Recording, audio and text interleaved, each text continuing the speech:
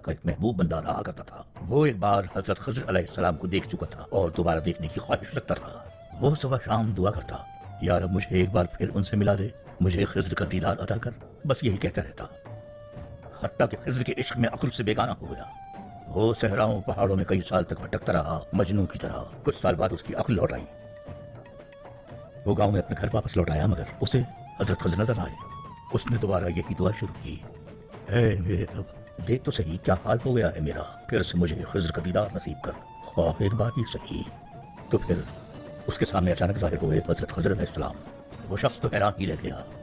हजरत खज़र बोले, तुमने रब से मुझे देखने की दुआ मांगी, मुझे बताओ क्या चाहते हो मुझसे?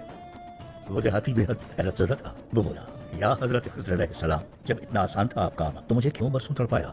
या हजरत खज़र अलैहिस्सलाम, मैं आपकी वजह से अक्ल से बेगाना हो गया, पहाड़ों पर दीवारों की तरह फिरता रहा, आपकी तलाश में जा बजा सरगर्दा रहा। हजरत खज़र अलैहिस्सलाम ने अपना जुब्बा उस आदमी को पहना दिया और अपनी पगड़ी भी उस आदमी के सर पर रख दी। फिर बोले, अब से तुम खज़र हो, जाओ बाजार और हर एक को नजर आओ। जब वो आदमी बाजार पहुंचा तो उस शख्स ने वहां जाकर क्या देखा?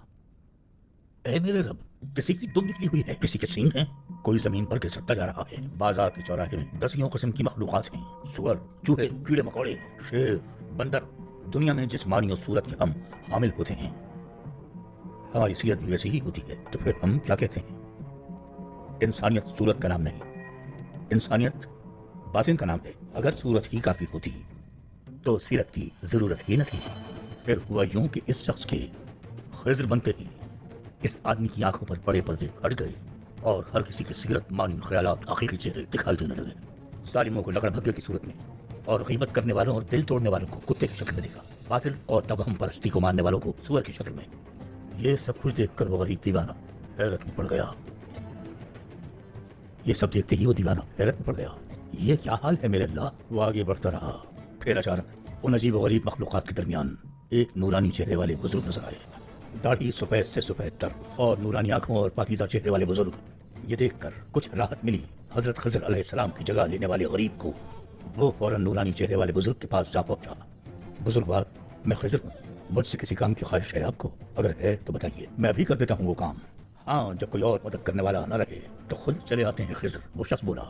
बुजुर्ग ने उसे देखा और कहा, मेरे बच्चे, तुम अपना काम करो, हमें खज़र की जरूरत होगी तो हम खुद तुम्हारे घर आ जाएंगे। हाँ, तो ये बात है साथियों, ख्वाह ये दुनिया और इसकी सारी चीजें हमारी हों तो क्या ये हमें सीधी राह दिखा सकती हैं? मगर अपना हदफ न भूलना लाजिम है साथियों। अगर हजारों खज़र भी हों तो हम मोहम्मदी हैं। अगर जर्रों की मिकदार के बराबर भी खज़र हों तो भी हम हजरत मोहम्मद सल्लल्लाहु अलैहि वसल्लम के उम्मती हैं। हमें इस शऊर के साथ, इस इतराक के साथ जीना चाहिए। क्या फेल नियत के मुताबिक नहीं होता साथियों? तौबा का दरवाजा तो मौजूद है, इस दरवाजे से किसी को लौटाया नहीं जाता। तौबा कांटे को गुलाब में, जहर को शहद में बदल देती है।